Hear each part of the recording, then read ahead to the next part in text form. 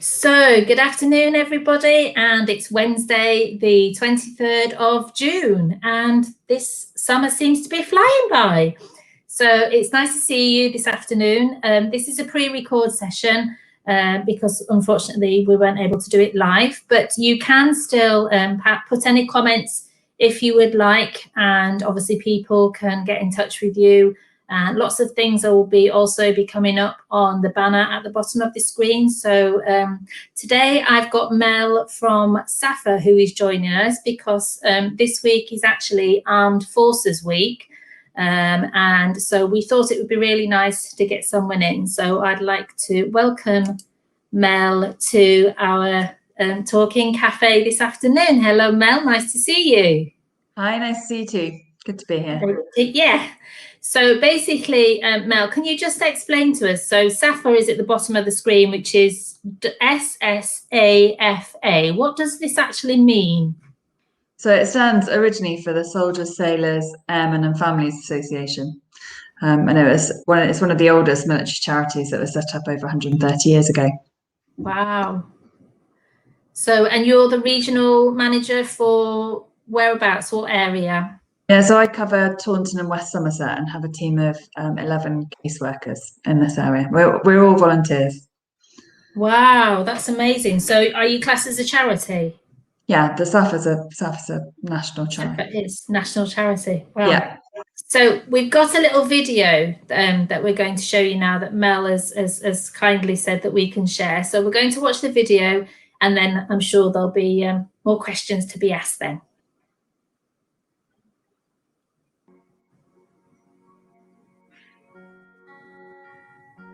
My name is Phil Hardwell. I'm 33 years old. I served 12 years in the Army with 29 Commando Regiment, Royal Artillery. So myself, back in 2016, I injured my bicep whilst I was training. From the further testing, I was diagnosed in 2017 with a form of heart disease called ARVC. From there, I was medically discharged in June 2018. From there, I was expecting our second child, so finances were a bit tight. And then I got in touch with SSAFA. Speaking to SSAFA, I was assigned a caseworker, and that was when I met Alan. Phil at this time was in employment, but there had been unfortunately a deterioration in his condition and was currently at home on sick leave. Unfortunately, in a rather short period of time, Phil's condition deteriorated again. He was required to go to Papworth for a 2-day hospital examination. With Phil going into Papworth, the word we'd got was, in a nice way, but also perhaps a little unfortunate, that Phil would not be discharged until such time as he underwent a transplant. And of course, the thing with that is there's absolutely no guarantee when that was going to happen. But to then assist with funding Roxy's stay in the Cambridge area very close to the hospital, because her being in Bristol would be too far away, and the hospital wanted to phone up and say, you need to get here now. And it would be far better for Phil having Roxy very close. That's such a difficult time. Yeah, I'm just very fortunate that the right heart came about. Yeah, and that's where it was waiting for, because at that point you were on what we call the super list, sat at the top. The only person in the country, on the super urgent waiting list. Yeah, so I mean that perhaps gives an indication of how poorly Phil was at the time. So my recuperation has been going really well. So I was discharged from hospital 2 weeks after the transplant. The doctors were shocked at how my recovery was going. From there, I've been walking every day with the dogs, and then my plans for the future. I recently managed to walk 5 kilometres. The next step is a half marathon in September next year. So that's the plan. So I'm gradually working up towards that goal.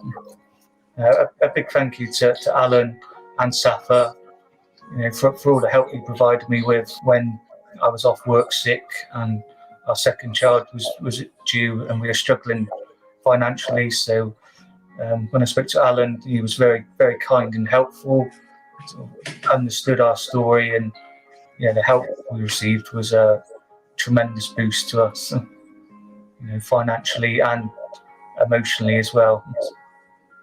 So, just glad we can call Alan a friend and keep in touch in the future.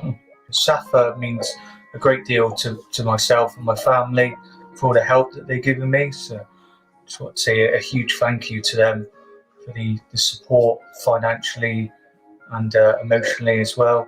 There's no question that the Armed Forces charities are dealing with people in their 20s up to the 90s.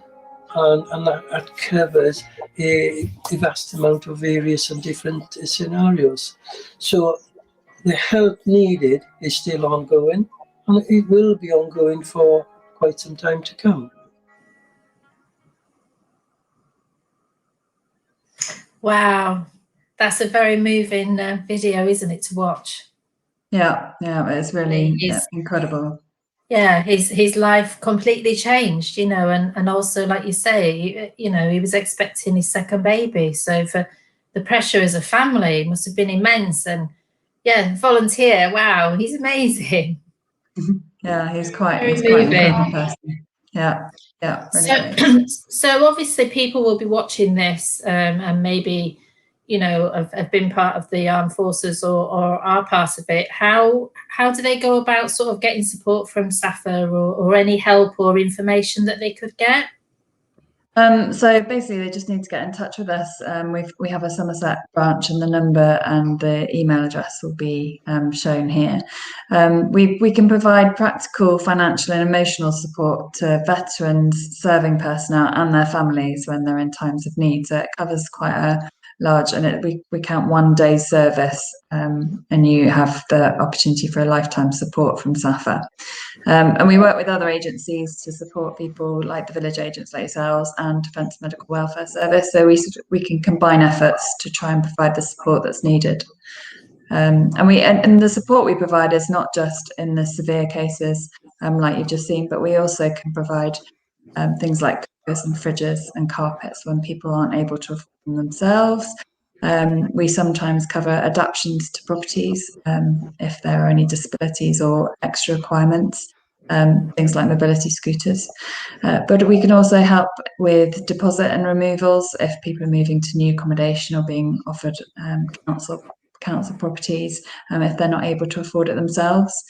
We signpost to other relevant services, so we work with lots of local organisations where there is other support available. We also deal with care home top-up fees if they're financially unable to provide it themselves, and occasionally funeral expenses as well. So you can refer direct to us, or you can refer through other agencies. Village agents refer to us, and we refer to village agents. So there's a phone number and an email that you can get in direct contact with ourselves. Yes, and I will say your volunteers have been great. I'm working with one of your volunteers, Simon, at the moment for somebody in Somerset, and like you say, it was really great. I had no idea this, even though I've been with CCS for nearly 3 years. This was the first time that I'd sort of had a serviceman that unfortunately he's having his leg amputated, but it's how he can get support from you and also from us as well, and the mobility scooter will be life-changing for him. So he's out and about and he's having to be rehoused. So like you say, it can be a very small piece of work, or it can be quite life-changing for these people. I mean, our cases do range from very straightforward practical support to really complicated and sort of multi-directional support when people are going through things like that. And I think, like you say, as it said as well in the video, the fact of it is from people, they can be, I presume, even over 18 in their 20s, right through till their 90s. It's and that's something as well that people do tend to think of veterans as older generation, but actually a veteran is just somebody who's left the military, so they can be, as you say, in their 20s.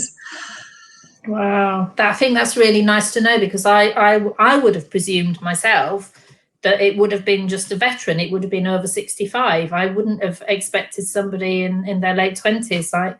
the gentleman that we saw in the video, and life changing for him. You know, it was really quite moving video. That was very much so. Yeah, no, it's really so difficult to explain the wide range of support that we can offer, but really just if you get in contact with us, then we can look at your situation and see what help we can offer.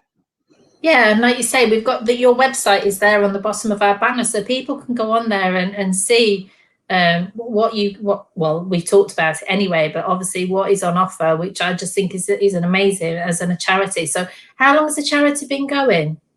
Over 130 years. Wow. Since before World War One. So yeah, an awful long time. And it started off supporting families of soldiers, but we now support veterans serving and families. Wow, that's amazing. Very worthwhile charity. Oh, thank you. Yeah, it's amazing. It's incredible what you can do through an amazing network of volunteers. That's lovely. Well, Mel, it's been lovely to see you this afternoon, and thank you so much for joining us and sharing what SSAFA is an amazing charity. And we'll certainly put this out Wednesday of this week for Armed Forces Week. And anytime, you're more than welcome to come back and talk to us at Talking Cafe here in West Somerset. Thank you very much, and thank you for all your support as well for our veterans. You're welcome. Thank you very much. Take care. Bye-bye. Bye. So everyone, wow, that video was really quite moving, quite choked myself. So yeah, please enjoy, you know, and share that, you know, let people know if you know of anybody that's part of the armed forces. Like Mel was saying, it's not just for the elderly, it's for all ages. And go on their website, just have a look and see, you know, you may be an old veteran or a younger veteran yourself that might just need a little bit of help. And those volunteers are there, you know, to support you in any way, however little or however big. So it's lovely to see you all today. You take care of yourself, and we'll see you all very soon.